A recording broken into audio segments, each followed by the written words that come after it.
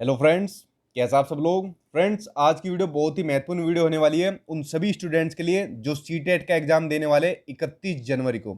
ना सिर्फ सीटेट वाले स्टूडेंट्स के लिए, बल्कि आज की वीडियो जिन बच्चों का टेट का एग्जाम है, लाइक आपका यूपी टेट हुआ, एमपी टेट हुआ, चाहे आपका रीट का एग्जाम हुआ जो आने वाला है, चाहे सुपर टेट की आपका जो वैकेंसी निकलती है, ये सभी वो महत्वपूर्ण मनोवैज्ञानिक है जो आज की वीडियो के अंदर मैं आपको बताने वाला हूं, और उनसे संबंधित महत्वपूर्ण सिद्धांत जो आपके पेपर में पूछे जाते हैं। ठीक है, 7 मनोवैज्ञानिक और उनसे संबंधित सिद्धांत आज की वीडियो के अंदर मैंने इंक्लूड किए हुए हैं। ये मान लीजिए एक एक मनोवैज्ञानिक आपका 1 नंबर का आता है, तो सोच लीजिए कितने नंबर आज की वीडियो से आज लोग आप अपने पक्के कर देंगे जो आपके एग्जाम में आएंगे। दूसरी बात, इस वीडियो के अंदर इस चीज से मैं आपको बताऊंगा कि आप दोबारा इसको पढ़ने की आपको जरूरत नहीं पड़ेगी। अगर आपने इन मनोवैज्ञानिक के बारे में पढ़ा भी हुआ है तो आज के अंदर कुछ आपको नई चीजें देखने को मिलेगी और साथ ही कुछ नए क्वेश्चन देखने को मिलेंगे जिनसे आपकी जो है और पक्के हो जाएंगे ये वाले कंसेप्ट। उसके अलावा चैनल को सब्सक्राइब आप लोग कर लेना, क्योंकि आप सभी को पता है जितना भी आपका सीटेट और टेट का सिलेबस होता है वो मैं अपने यूट्यूब चैनल पर आपको करा रहा हूं, इसलिए चैनल को सब्सक्राइब कर लेना। तो चलिए बात करते हैं महत्वपूर्ण मनोवैज्ञानिक और उनके सिद्धांतों के बारे में। देखिए, इस वीडियो को मैंने 3 पार्ट में डिवाइड किया हुआ है, तो आप लोगों को उसी तरीके से देखना है, क्योंकि लास्ट टाइम में अगर आपने ये वीडियो भी देख ली तो कई नंबर आप इस वीडियो से बना जाओगे। पहले पार्ट में मैंने लिया है जो जितने भी महत्वपूर्ण मनोवैज्ञानिक है, 1 नंबर का क्वेश्चन आता है कि ये किस देश के निवासी थे। पहले इनके देश के बारे में बात करेंगे। देखिए, पहले नंबर पर है बीएफ स्किनर जो अमेरिका देश के निवासी थे। दूसरा सिगमंड फ्राइड, ये ऑस्ट्रिया के। रॉबर्ट बंडूरा कैनेडियन अमेरिकन थे। ईएल थोर्नडाइक अमेरिका के रहने वाले थे। 4 हो गए। उसके अलावा बाकी 3 की करते हैं। जो पावलोव थे वो थे आपके रशिया के, जेबी वॉटसन अमेरिका के, और जो आपके कोलर थे ये थे आपके जर्मनी के। 1 नंबर का क्वेश्चन इनके देश से संबंधित पूछा जाता है, तो मैंने सातों के देश के बारे में बता दिया। पहला स्टेप आपका खत्म। अब दूसरे स्टेप में मैंने लिया है जो इन्होंने सिद्धांत दिया है उसको याद करने की मैंने एक ट्रिक बताई है। इसी ट्रिक से आपको ये याद करना है। आज की वीडियो देखने के बाद दोबारा इन सिद्धांत को याद करने की आपको जरूरत नहीं पड़ेगी। इस ट्रिक के माध्यम से आपके माइंड में एकदम फिट हो जाएगी ये वाली। ठीक है, देखिए, आपको हमेशा इसी तरीके से याद करनी है। मैं भी इसको ऐसी ट्रिक से याद करता था क्योंकि याद करने में मुझे भी प्रॉब्लम आ जाती थी, तो इसलिए ऐसे याद करना है। अब देखिए इसको ध्यान से। दीपक और अनु ने अपनी बिल्ली को थोंडाइक के पिंजरे से निकालने का प्रयास किया। बेसिकली यहां पर बात हो रही है उद्दीपक और अनुक्रिया सिद्धांत, यानी प्रयास एवं त्रुटि का सिद्धांत जो दिया था ईएल थोंडाइक ने। और इसमें जो इन्होंने एक्सपेरिमेंट किया था, जो प्रयोग किया था, वो क्या था, एक बिल्ली के ऊपर जिसको पिंजरे के अंदर इन्होंने बंद किया हुआ था। ठीक है, यहां पर पहला सिद्धांत हो गया। दूसरी बात, लेकिन शास्त्री के कुत्ते ने उनके पाव में काट लिया। पाव मतलब इयान पावलो की बात हो रही है जिन्होंने दिया था शास्त्रीय अनुबंधन का सिद्धांत, क्लासिकल कंडीशनिंग थ्योरी, और एक्सपेरिमेंट किया था इन्होंने कुत्ते के ऊपर, जिससे उनकी स्किन चूहे जैसी क्रिया करने लगी। यहां पर बात हो रही है बीएफ स्किनर की, जिन्होंने क्रिया प्रसूत सिद्धांत दिया था और एक्सपेरिमेंट किया था इन्होंने चूहे के ऊपर। लेकिन कोलर के चिंपैंजी की सूझबूझ की वजह से, ठीक है, यानी सूझबूझ सिद्धांत जो दिया था आपके कोलर ने और एक्सपेरिमेंट किया था इन्होंने चिंपैंजी के ऊपर, सूझबूझ ने समाज में अधिक बाउंडर होने से रोक लिया। यहां पर बाउंडर का मतलब है एल्बर्ट बंडूरा, बंडूरा को मैंने बाउंडर लिख दिया, और समाज में अधिक यानी सामाजिक अधिगम सिद्धांत इन्होंने दिया था। ठीक है, होने से रोक लिया, वरना सबका दिमाग फ्राई हो जाता। फ्राई मतलब सिगमंड फ्राइड की यहां पर बात हो रही है, और दिमाग मतलब माइंड यानी मस्तिष्क यानी मनोविश्लेषणात्मक सिद्धांत जो दिया था आपके सिगमंड फ्राइड ने। देखिए, इस ट्रिक के माध्यम से मैंने आपको बता दिया। हो सके तो वीडियो को रोककर इसको आप लोग दोबारा भी देखना। मैं एक बार दोबारा पढ़ देता हूं, देखो, ताकि आपको जल्दी याद हो जाए। दीपक और अनु ने, यानी दीपक उद्दीपक और अनुक्रिया सिद्धांत, प्रयास एवं त्रुटि सिद्धांत आपके दिया था थोर्नडाइक ने, जिसमें एक्सपेरिमेंट किया था बिल्ली ने और पिंजरे के अंदर बंद किया था। लेकिन शास्त्री के कुत्ते ने, यानी शास्त्रीय अनुबंधन सिद्धांत में जो कुत्ते पर एक्सपेरिमेंट किया था वो किया था इयान पावलोव ने, यानी पैर में काट लिया, जिससे उनकी स्किन चूहे जैसी क्रिया करने लगी। ये यानी क्रिया प्रसूत सिद्धांत जो दिया था बीएफ स्किनर ने और एक्सपेरिमेंट किया था चूहे के ऊपर। लेकिन कोलर के चिंपैंजी ने, यानी जो कोलर ने चिंपैंजी पर एक्सपेरिमेंट किया था सूझबूझ सिद्धांत में, ठीक है, सूझबूझ सिद्धांत ने समाज में अधिक बाउंडर होने से रोक लिया, यानी एल्बर्ट बंडूरा जिन्होंने सामाजिक अधिगम सिद्धांत दिया था, वरना सबका दिमाग फ्राई हो जाता। यानी फ्राइड ने दिया था आपका मनोविश्लेषणात्मक सिद्धांत, ठीक है, जिसमें मन का विश्लेषण किया जाता है। ये मैंने ट्रिक के माध्यम से बता दिया। अब देखिए, अब तीसरे स्टेप में बात करेंगे इस ट्रिक से रिलेटेड क्वेश्चन आंसर, और वो मोस्ट इंपोर्टेंट क्वेश्चन आंसर जो आपके एग्जाम में आपको पूछे जाते हैं। ठीक है, और चीजें मैं अब आपको डिटेल में बताऊंगा, इसलिए वीडियो को अब आप लोग ध्यानपूर्वक सुनना, खाली क्वेश्चन का आंसर मत देना, क्योंकि यहां से क्वेश्चन आपके एग्जाम में देखे जाएंगे और साथ ही आप लोग आंसर देने की कोशिश करना। देखिए, पहला है इसमें आपका सीखने में प्रयास एवं भूल, या जिसका नाम है दूसरा उद्दीपक और अनुक्रिया सिद्धांत, या जिसका एक और नाम है ट्रायल एंड एरर थ्योरी। ये किसने दी थी? देखिए, पहले आ गया प्रयास, उसके बाद दीपक और अनुक्रिया, ठीक है, ये आ गया आपका उद्दीपक और अनुक्रिया सिद्धांत। ये किसने दिया था? ये दिया था आपका थॉर्नडाइक ने। और जो एक्सपेरिमेंट किया था, एक्सपेरिमेंट किसके ऊपर किया था इन्होंने? बिल्ली के ऊपर किया था। देखो कितनी जल्दी याद हो गया ना। इन्होंने एक्सपेरिमेंट बेसिकली क्या काम किया था? एक पिंजरा था, इस पिंजरे के अंदर बिल्ली को बंद करा हुआ था। अब इन्होंने क्या काम किया? बिल्ली के आगे खाना रख दिया, ठीक है, मछली रख दी, खाना रख दिया। अब बिल्ली ने खाने को देखकर क्या काम करा? रिस्पॉन्स करना शुरू कर दिया, ठीक है। बेसिकली सिद्धांत के अंदर क्या होता है थॉर्नडाइक के अकॉर्डिंग, कि इनके अकॉर्डिंग बोलते हैं कि अगर हमें किसी की उत्तेजना को बढ़ा देते हैं तो उसके प्रति अनुक्रिया, यानी बिल्ली के सामने जब खाना रख दिया तो उसकी उत्तेजना बढ़ गई, उसे भूख लगनी शुरू हो गई कि कैसे जल्दी से निकल के इसको मैं खा लूं, ठीक है, तो उसके प्रति रिस्पॉन्स करना शुरू कर दिया। और जब वह बार बार ऐसा करेगा तो क्या काम करेगा? कुछ ना कुछ सीखेगा। बेसिकली बिल्ली हो आप सभी लोग जो वीडियो देख रहे हो, ठीक है, थॉर्नडाइक हूं मैं, ठीक है, उसके अलावा जो खाना है ये आपका पेपर।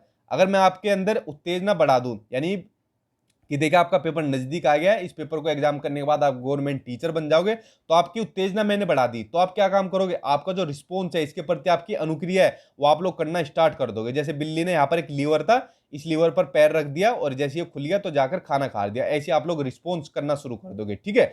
तो यही होता है आपका थॉर्नडाइक का ट्रायल एंड एरर थ्योरी, जिसमें आदमी प्रयत्न करके सीख जाता है, ठीक है। तो यही होता है आपका पहला सिद्धांत जो आपका ईएल थॉर्नडाइक था।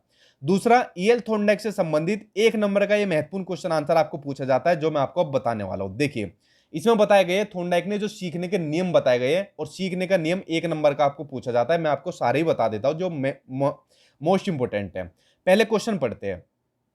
क्वेश्चन आपको दिया हुआ है कि एक बच्चा अतीत की समान परिस्थितियों में की गई अनुक्रिया के आधार पर नई स्थिति के प्रति अनुक्रिया करता है, यह किससे संबंधित है? देखिए यह संबंधित होता है आपका सीखने का सादृश्यता नियम, यानी law of analogy of learning. Basically इसके अंदर क्या काम होता है?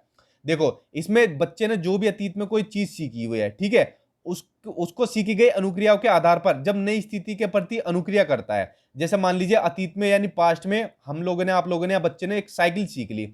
अब साइकिल सीखने के बाद अब बाइक सीखना इजीली सीख सकते हैं, स्कूटी चलाना इजीली सीख सकते हैं, और इनके बाद गाड़ी चलाना सीख सकते हैं। यानी यहां पर क्या काम हो रहा है? अतीत की समान परिस्थितियों में की गई अनुक्रियाओं के आधार पर, यानी जो साइकिल सीखी थी, नई स्थिति के प्रति अनुक्रिया कर रहे हैं, यानी रिस्पॉन्स कर रहे हैं। तो ये होता है आपका law of analogy of learning, यानी सीखने का सादृश्यता नियम। अब बात करते हैं इसके बाकी के नियमों की। जितना ये महत्वपूर्ण है इतना ही आपके लिए ये भी जानने महत्वपूर्ण है, इनको आप लोग जान लेना। चीजें थोड़ा डिटेल में बता रहा हूं क्योंकि आपके एग्जाम में पेपर में यही से चीजें पूछी जाएगी, इसलिए ध्यान से समझते जाना। अब बात करते हैं आपका अगला नियम, law of effect of learning, यानी सीखने का प्रभाव नियम। अच्छा एक चीज और, मैंने सीडीपी की एक मैराथन क्लास भी रखी थी, उसमें जितने भी महत्वपूर्ण क्वेश्चन आंसर थे जो आपके सीडीपी से, मनोविज्ञान से संबंधित थे, वो मैंने आपके लिए कराए हुए हैं। अगर आप लोग सीटेट और मैराथन सचिन नाम डालोगे, मेरा नाम डालोगे, तो वीडियो आपको आ जाएगी, उसमें सारी लगभग कंप्लीट कराई हुई है मैंने। उस वीडियो को जरूर देख लेना आप लोग जाके। उसके अंदर इस क्वेश्चन में मैंने क्या काम किया था, बोल में कुछ हो रहा था, आंसर कुछ और गलत लग गया था, ठीक है, तो इसलिए आंसर जो सही हो जाएगा इसका आपका ये वाला आंसर सही है जो इसके अंदर है। अब बात करते हैं दूसरे नियम की, सीखने का प्रभाव नियम, यानी law of effect of learning. जैसे कि नाम से पता चल रहा है प्रभाव नियम, यानी कि इसके अंदर क्या होता है, इसके अकॉर्डिंग यदि किसी काम का हमारे ऊपर प्रभाव पड़ता है तो जो सीखने की स्पीड है उस पर डिपेंड हो जाती है। फॉर एग्जांपल मैंने आपको बताया था, मान लीजिए कोई बच्चा बिजली का बिल जमा करने गया और बच्चा थोड़ा छोटा है। अब वहां पर किसी की फैमिली ने तो उसने क्या क्या काम किया, उसको मोटिवेट किया, अप्रिशिएट किया, कह रहे तुम बिजली का बिल जमा करके आ गए, बहुत ही अच्छी बात है, तुम तो बड़े हो गए, मैच्योर हो गए। तो बच्चा क्या काम करेगा, अगली बार दोबारा से बिल भरना शुरू चला जाएगा, बिजली के अलावा पानी का भी बिल भर के आ जाएगा, ठीक है। तो इस क्या काम किया, तारीफ हुई तो बच्चे ने काम को दोबारा किया। लेकिन अगर किसी की फैमिली मेंबर ने क्या काम कर दिया, इसकी पिटाई कर दी या इसको डांटना शुरू कर दिया कि तू अकेला कैसे चला गया, तुझे कोई ले जाता, लाइन में तू लगा रहा, तो बच्चा क्या काम करेगा, बिल्कुल नहीं भरेगा अगली बार जाके दोबारा से बिल को, चाहे कोई भी उससे कहता रह जाएगा। क्यों? क्योंकि उसे डर है यहाँ पर पिटाई का।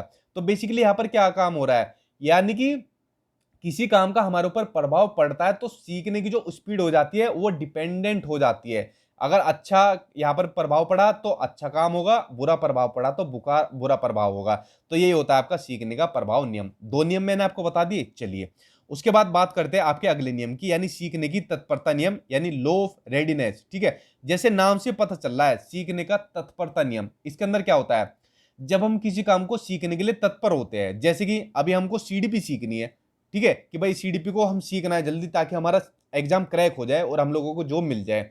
तो यहाँ पर तत्पर हो आप लोग किसी काम को करने के लिए, तो देख लेना आप लोग जल्दी इसको सीख जाओगे अगर आपके अंदर ये तत्परता होगी, ठीक है। ये होता है आपका सीखने का तत्परता नियम। उसके बाद क्या बचा, उसके बाद बचा आपका law of attitude of learning of process, यानी सीखने की प्रक्रिया का अभिवर्ती नियम। लॉ ऑफ एटीट्यूड, अब एटीट्यूड यहाँ पर ये वाला वो एटीट्यूड नहीं है कि यार उसके अंदर तो बहुत ज्यादा एटीट्यूड है, यार वो तो बहुत एटीट्यूड में रहता है या रहती है, ये वो वाला एटीट्यूड नहीं है। ये एटीट्यूड है आपको किसी भी चीज को देखने का दृष्टिकोण, ठीक है, किसी भी चीज को देखने का नजरिया, ये होता है वो आपको। जैसे कि अगर मान लीजिए आपका पॉजिटिव एटीट्यूड है कि भाई हम सीटेट का अपना टेट का एग्जाम क्रैक कर दोगे, तो आप लोग देख लेना पक्का पास कर दोगे। अगर आपका एटीट्यूड नेगेटिव है कि यार नहीं कर पाएंगे हम इसको, तो आप कर ही नहीं पाओगे, ठीक है, पास हो ही नहीं पाओगे। तो यानी आपके एटीट्यूड के ऊपर ये डिपेंड करता है। पॉजिटिव एटीट्यूड है तो आप सारे काम कर लोगे, और नेगेटिव एटीट्यूड है तो आप लोग कुछ नहीं कर पाओगे। तो ठीक है, ये होता है आपका लॉ ऑफ एटीट्यूड। तीन नियम, चारों नियम मैंने आपको बता दिया। इसके अलावा एक नियम आप लोग और जोड़ लो, ये होता है आपका सीखने का अभ्यास का नियम, यानी कि लॉ ऑफ एक्सरसाइज। जैसे कि इसके नाम से ही पता चल रहा है कि अगर हम किसी काम का अभ्यास करते हैं यानी एक्सरसाइज करते हैं तो उसे इजीली सीख जाते हैं। जैसे कि अगर मान लीजिए मैथ्स के न्यूमेरिकल की एक्सरसाइज आप लोग करना शुरू करोगे तो जल्दी सीख जाओगे। आपने कोई गेम खेलना स्टार्ट करा, उसकी एक्सरसाइज यानी अभ्यास करना आपने स्टार्ट किया, तो उस गेम को आप जल्दी सीख जाओगे। ये होता है आपका सीखने का अभ्यास का नियम। और देखिए ये जितने भी नियम थे ये आपके थॉर्नडाइक के नियम थे, 5 नियम थे, पांचों ही मैंने बता दिए, पांचों ही आपके महत्वपूर्ण है, इनको देख लेना आप लोग अच्छी तरीके से। अब बात करते हैं अगले अगले क्वेश्चन के ऊपर, ठीक है। और देखिए बोर मत होना, जितनी चीजें बता रहा हूं आपके एग्जाम के लिए बता रहा हूं, जो आपके एग्जाम में पूछी जाएगी, वरना फालतू चीजें कुछ नहीं बता रहा मैं। इसलिए वीडियो के एक एक पॉइंट को, मेरे एक एक वर्ड को हो सके नोट डाउन कर लेना, क्योंकि आपके एग्जाम में यही आना है। अगला क्वेश्चन आपका कि डैश शास्त्रीय अनुबंधन सिद्धांत में पावलोव ने प्रयोग किया था। देखिए यहां पर आगे शास्त्रीय यानी शास्त्री का कुत्ता शास्त्री के कुत्ते ने किसको काटा, पैर में, पाव में काटा था, ठीक है। यानी पावलोव का शास्त्रीय अनुबंधन सिद्धांत, और क्या किस पर किया था, ये किया था कुत्ते के ऊपर। ऊपर मैंने ट्रिक बताई, सीधा आपने आंसर निकाल दिया। चलिए बढ़ते हैं अगले क्वेश्चन की ओर। अगला क्वेश्चन आपका क्रिया प्रसूत अनुबंधन सिद्धांत यानी ऑपरेंट कंडीशनिंग थ्योरी, स्किनर ने अपना प्रयोग किस जानवर पर किया था। देखिए क्रिया प्रसूत सिद्धांत, क्रिया यहां पर हो रही है ना, तो क्रिया कैसी हो रही है, तो जो स्किन की जो क्रिया थी वो चूहे जैसी क्रिया करने लगा, ठीक है, चूहे जैसी क्रिया करने लगा। तो चूहे जैसी क्रिया, तो आंसर इसका सही हो जाएगा चूहे पर, ठीक है। जो यानी स्किनर ने जो सिद्धांत दिया था क्रिया प्रसूत अनुबंधन सिद्धांत, एक्सपेरिमेंट इन्होंने चूहे के ऊपर करा था। बेसिकली इसके अंदर भी इन्होंने ये काम करा था। एक चूहा था, इस चूहे को एक बॉक्स में बंद कर दिया, ठीक है, इस बॉक्स के अंदर बंद कर दिया। इस बॉक्स का नाम था स्किनर बॉक्स। अब इसने क्या काम करा, ये चूहा पहले तो खाना दिया था, देखो वहां पर थॉर्नडाइक में, वहां तो बिल्ली को पहले खाना दिखाया था, यहाँ पहले खाना नहीं दिखाया। चूहा ऐसी घूमना फिरना शुरू कर दिया, ऐसी इधर उधर इस जाल के अंदर घूमना शुरू कर दिया। तो यहाँ पर एक लीवर था, इस लीवर पर इसका पैर पड़ गया, तो एकदम खाना ऊपर से नीचे आ गया, तो इसने वो खाना खा लिया। यानी चूहे ने पहले क्या काम करा, पहले चूहे ने काम किया रिस्पॉन्स करा, ठीक है, पहले चूहे ने अनुक्रिया करी, उसके बाद उसके अंदर उत्तेजना आई खाना को खाने की, ठीक है। यानी आप लोग समझ गए कि इसके अकॉर्डिंग वे एक्टिविटीज होती है जो हम लोग अपनी मर्जी से करते हैं। ऑपरेंट का मतलब यही होता है कि वे एक्टिविटीज जो हम लोग अपनी मर्जी से करते हैं, यही कहलाती है आपकी ऑपरेंट, ठीक है। यानी पहले रिस्पॉन्स होगा, उसके बाद उत्तेजना आएगी। ये बात होगी आपकी स्किनर के बारे में। चलिए अब बढ़ते हैं अगले टॉपिक के ऊपर। देखिए इसी से संबंधित एक और महत्वपूर्ण टर्म है जो आपके सभी एग्जाम में पूछी जाती है, आपका पुनर्बलन यानी कि रिइंफोर्समेंट, ठीक है। अब ये देखो, ये क्वेश्चन आपका एग्जामिनर ने ही गलत दे दिया। कैसे दे दिया वो मैं आपको बताता हूं। आपको पूछा है पुनर्बलन का सिद्धांत किससे संबंधित है। अब देखिए इसको ध्यान से समझना, जो चीज आपको बताने वाला हूं। पुनर्बलन का जो सिद्धांत था, तो पुनर्बलन का सिद्धांत दिया था आपके सीएल हल ने, यानी क्लार्क हल ने। लेकिन जो आपका पुनर्बलन का जो वर्ड था, जो ये शब्द था, तो ये शब्द दिया था आपका स्किनर ने। लेकिन एग्जामिनर ने पूछा ये सिद्धांत किससे संबंधित है, लेकिन ऑप्शन में कहीं भी सीएल हल देखने को नहीं मिल रहा। तो अगर आप लोग स्किनर भी लगा दोगे तो भी आपका आंसर सही हो जाएगा। बेसिकली क्वेश्चन ही गलत है इस हिसाब से, ठीक है। अगर क्वेश्चन पूछे पुनर्बलन का सिद्धांत तो आप लोगों को लगाना है सीएल हल। अगर पूछे पुनर्बलन की व्याख्या किसने की थी, वो शब्द किसने दिया था, तो वो दिया था आपके स्किनर ने। अब जान लीजिए पुनर्बलन आखिरकार होता क्या है, रेनफोर्समेंट आखिरकार होता क्या है, इसको समझ लीजिए, जो कि आपके लिए जानना बहुत ही महत्वपूर्ण है। पहले मैं आप एक को एग्जांपल देता हूं, आप लोग अपने आप समझ जाओगे। भैया आप लोग अपनी जॉब के लिए तैयारी करो, अपने पेपर के लिए तैयार करो कि हमें जॉब मिल जाए, हमारा पेपर क्रैक हो जाए। क्यों? कि इससे आपकी लाइफ बदलेगी। लेकिन आप लोग क्या काम कर रहे हो, आप यूट्यूब पर कुछ और ही चीज देख रहे हो, ठीक है, अपना टाइम पास कर रहे हो, या अपना व्हाट्सएप पे अपना टाइम बर्बाद कर रहे हो, या अपना खेल कूद में घूम फिर के अपना टाइम बर्बाद कर रहे हो। लेकिन अगर हमारे घर वाले, हमारे मम्मी पापा, कोई भी हमें क्या बोलते हैं कि देखो यार घर की कंडीशन सही नहीं है, तुम्हारे जॉब लेना बहुत जरूरी है, अगर तुम्हारी जॉब से घर की सारी चीजें जुड़ी हुई है, तुमने जॉब ले ली तो हमारे कितने काम है जो सुधर जाएंगे। तुम्हारे जॉब की वजह से हमारी सब चीज दिक्कत परेशानी दूर हो जाएगी। तो बेसिकली क्या काम हो रहा है यहाँ पर, ठीक है, इसको ध्यान से समझना। यहाँ पर बेसिकली आप क्या काम हो रहा है, ये हमारे रिस्पॉन्स को क्या काम कर रहे हैं, बढ़ा रहे हैं। जो हमारे फैमिली मेंबर हमको ये चीज बोल रहे हैं तो हमारे रिस्पॉन्स को ये चीज बढ़ा रहे हैं, पुनर्बलित कर रहे हैं। जैसे फॉर एग्जाम्पल, दूसरा एग्जाम्पल, मैं आप लोगों के लिए वीडियो बनाना बंद कर दूं, ठीक है, अब मैंने मान लीजिए वीडियो बनाना बंद कर दी, मान लीजिए मेरी तबीयत खराब है, मेरा मन नहीं है बनाने का, लेकिन आप लोगों के कुछ ऐसे कमेंट्स आ जाते हैं बच्चों के कि सर प्लीज जल्दी वीडियो बनाइए, आप वीडियो नहीं बनाओगे हमारे लिए, हम एग्जाम कैसे क्रैक करेंगे, आपके ऊपर तो हम पूरे आश्रित है। तो अगर मेरी तबीयत भी खराब होगी तो भी मैं आपके लिए वीडियो बनाऊंगा। क्यों? क्योंकि यहाँ पर आप लोगों की वजह से मुझे पुनर्बलन मिल रहा है, ठीक है। तो यही होता है आपका पुनर्बलन यानी कि रेनफोर्समेंट। इसको आप समझ गए। अब इसके अंदर एक और महत्वपूर्ण चीज होती है जो आपको समझना जरूरी है। दो टाइप के आपके रेनफोर्समेंट होते हैं, पुनर्बलन होते हैं। एक होता है आपका पॉजिटिव यानी आपका सकारात्मक पुनर्बलन, एक होता है आपका नेगेटिव यानी नकारात्मक पुनर्बलन। अब इन दो को आप लोगों को ध्यान से सुनना। जिन कामों का रिजल्ट अच्छा होता है, यानी जिन कामों का रिजल्ट अच्छा होता है या सुखद होता है, उनको बोल देते हैं पॉजिटिव रेनफोर्समेंट, ठीक है। जैसे मान लीजिए मैं आप लोगों की तारीफ कर दूं कि यार देखो कितने अच्छे बच्चे हैं, यहाँ पर वीडियो देखने आए हुए, अपने नंबर पक्के कर रहे, तैयारी कर रहे, कितने सीरियस अपने एग्जाम के लिए, ठीक है।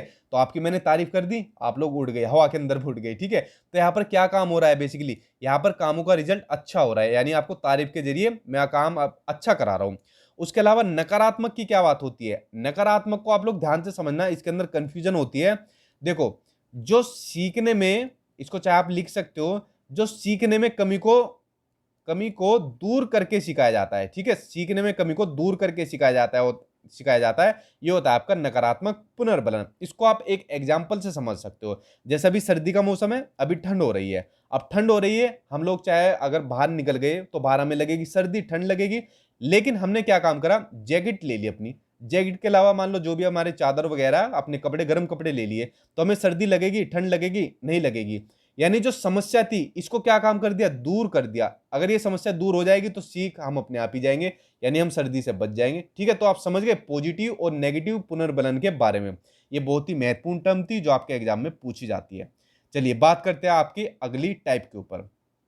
देखिए बहुत महत्वपूर्ण वीडियो है आप सभी के लिए, ठीक है। हो सके तो इसको लाइक, और जो लोग नए आए वो चैनल को सब्सक्राइब जरूर कर देना, ठीक है। क्योंकि सब्सक्राइब करने के बाद आपको जितना भी मटेरियल है मेरे यूट्यूब चैनल पर मिल जाएगा। अपने एग्जाम के लिए और कुछ भी पढ़ने की जरूरत नहीं है, जितनी अपनी चैनल पर आपको चीजें कराता हूँ वो आपके लिए जानना सफिशिएंट है। क्योंकि आपकी जीन पियाजे, कोलबर्ग, वाइगोत्स्की मैं पहले ही करा चुका हूँ, ये महत्वपूर्ण मनोवैज्ञानिक आज करा दिए। उसके बाद नेक्स्ट वीडियो में ऐसे ही छोटी, आपको एक वीडियो में बहुत सारे कंटेंट मैं आपको दूंगा जो आपके एग्जाम में पूछे जाएंगे, और चीजें मैं आपको वही कराता हूँ जो आपके पेपर में पूछी जाती है। अगला पढ़ते हैं। अगला है आपका, बच्चे फिल्मों में दिखाए गए हिंसात्मक व्यवहार को सीख सकते हैं। यह निष्कर्ष निम्नलिखित में से किस मनोवैज्ञानिक द्वारा किए गए कार्य पर आधारित हो सकता है।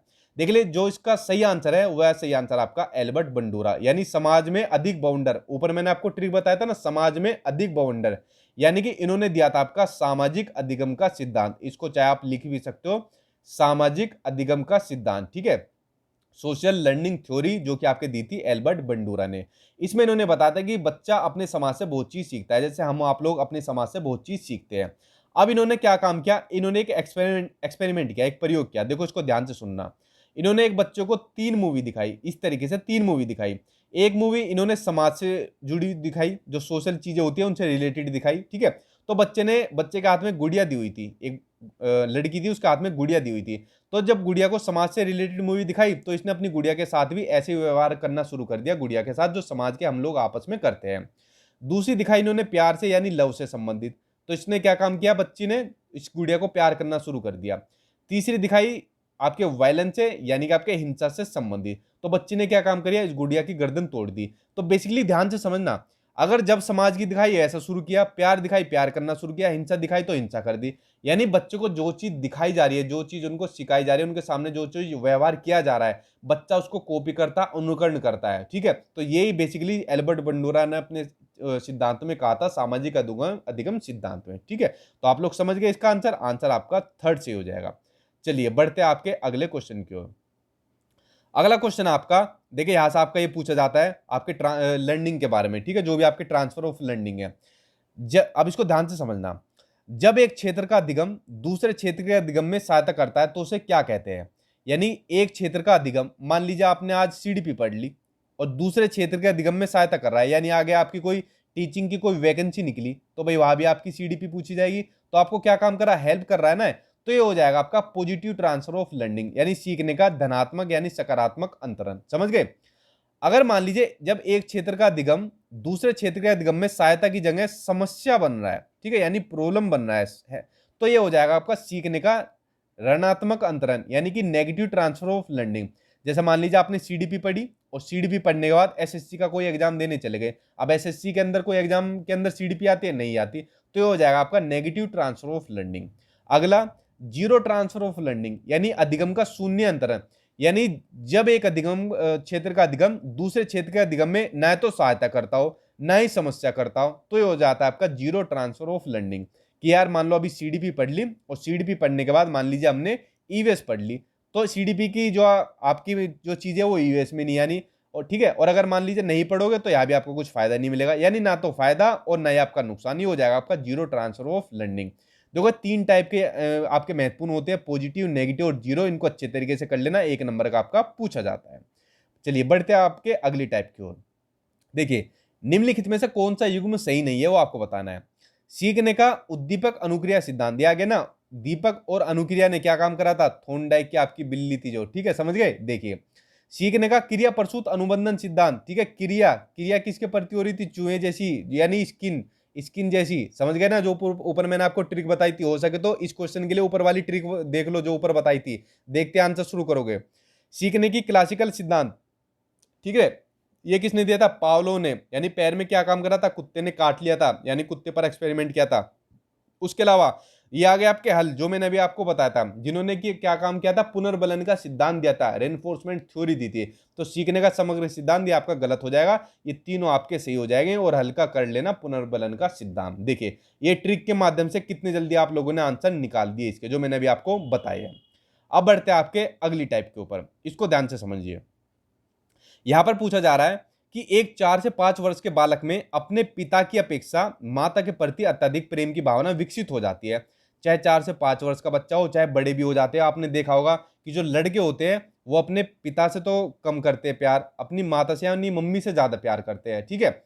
बालक के व्यवहार में होने वाले इस परिवर्तन को फ्राइड द्वारा, यानी सिगमंड फ्राइड के द्वारा क्या नाम दिया गया। देखिए फ्राइड आ गया ना, तो दिमाग कैसा हो जाता है, फ्राइड, यानी दिमाग यानी माइंड कैसा हो जाता है, फ्राइड, यानी मनोविश्लेषणात्मक सिद्धांत, यानी मन का विश्लेषण जो सिद्धांत दिया था सिगमंड फ्राइड ने दिया था। ऊपर मैंने अभी आपको बताया। अब यहां पर देखो इस क्वेश्चन को ध्यान से समझना आप लोग। एक होती है आपकी ओडिपस कॉम्प्लेक्स, ठीक है, ओडिपस कॉम्प्लेक्स। इसमें क्या होता है, इसमें जो लड़का होता है वो पिता से तो कम प्यार करेगा और मम्मी से ज्यादा प्यार करेगा। सेम इसके ऑपोजिट होती है आपका इलेक्ट्रा कॉम्प्लेक्स। इसमें क्या काम होता है, जो लड़की होती है अपने पिता से ज्यादा प्यार करती है और मम्मी से कम प्यार करती है। तो समझ गए, ओडिपस लड़कों के अंदर, इलेक्ट्रा लड़की के अंदर, यानी अपोजिट विषम लिंगी आप करते हैं, ठीक है, यानी दूसरे के प्रति करते हैं। लड़का आपका करेगा अपनी जो है मम्मी से, और लड़की होगी वो करेगी पिता से। तो लड़के के लिए ओडिपस कॉम्प्लेक्स, लड़की के लिए इलेक्ट्रा कॉम्प्लेक्स, ये दोनों आपके लिए महत्वपूर्ण है, इनको देख लेना अच्छी तरीके से, ठीक है। उसके अलावा नार्सिसिज्म, ये क्या होता है, इसमें होता है अपने आप से प्यार करना, ठीक है, यानी अपने आप से प्यार करना। इसको आप चाहे लिख सकते हो। एक मूवी आई थी, मेरे ख्याल से नाम ध्यान नहीं आ रहा, उसके अंदर हीरोइन थी करीना कपूर। उसका एक डायलॉग था, आपने अच्छा वो थी मूवी, वो जब वी मेट, शाहिद कपूर वाली यही थी ना, जब वी मेट।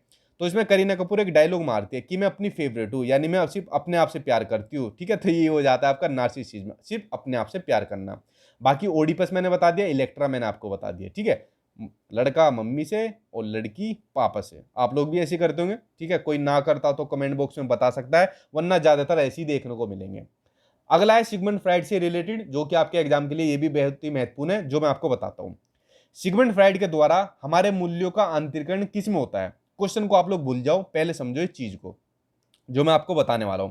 देखो तीन तरीके के इसमें जो सिगमंड फ्राइड थे, उन्होंने व्यक्तित्व बताया था तीन टाइप का सिगमंड फ्राइड ने। एक था आपका ईड, दूसरा आपका ईगो, तीसरा आपका सुपर ईगो। अब इसको ध्यान से समझना। ईड होता है आपका बुरा, जितना भी चीजें कह रहा हूं सिर्फ उनको सुनते जाना, आप लोग बाद में देखना। ईड होता है आपका बुरा, सुपर ईगो होता है आपका अच्छा भैया, ठीक है।